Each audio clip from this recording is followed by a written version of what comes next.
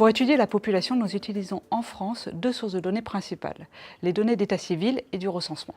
Les données d'état civil consignent l'ensemble des naissances, des mariages et des décès qui ont lieu au cours de l'année. Cela permet de calculer des taux de natalité, de mortalité ou de nuptialité. Le recensement de la population s'apparente à une enquête à très grande échelle, puisqu'il s'agit d'interroger l'ensemble des individus qui vivent dans un pays à une date donnée.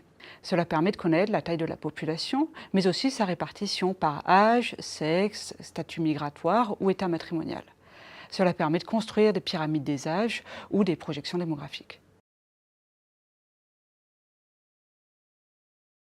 Alors, la force principale des données d'état civil et de recensement est le grand nombre d'individus qui y figurent. Ça permet de suivre précisément les dynamiques de population. En revanche, elles ne nous permettent pas d'approfondir les mécanismes qui expliquent les phénomènes démographiques. Par exemple, les données d'état civil nous permettent d'observer que les femmes ont de plus en plus tard leur premier enfant. Par contre, on ne saura pas expliquer les causes de ce report.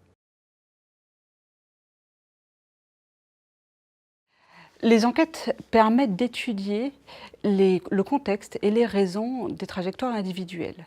Elles portent sur des sujets aussi divers que l'histoire conjugale, l'imbrication entre la vie professionnelle et la vie familiale ou le parcours migratoire, pour n'en citer que quelques-uns.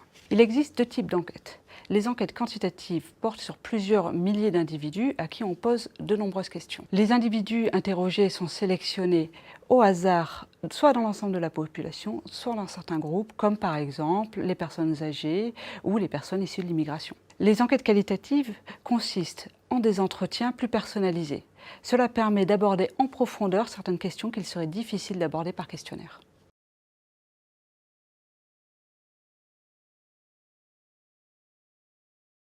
Il existe d'autres sources de données qui peuvent être mobilisées.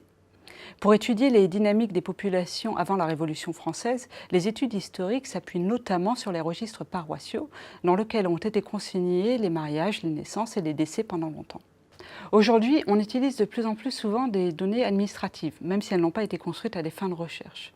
Par exemple, les données des déclarations fiscales nous permettent d'analyser le coût économique du divorce.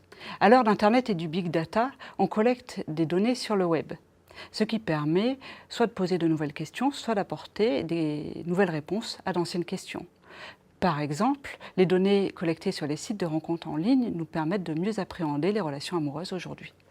Bien évidemment, la collecte de ces données est très encadrée par la loi informatique et liberté.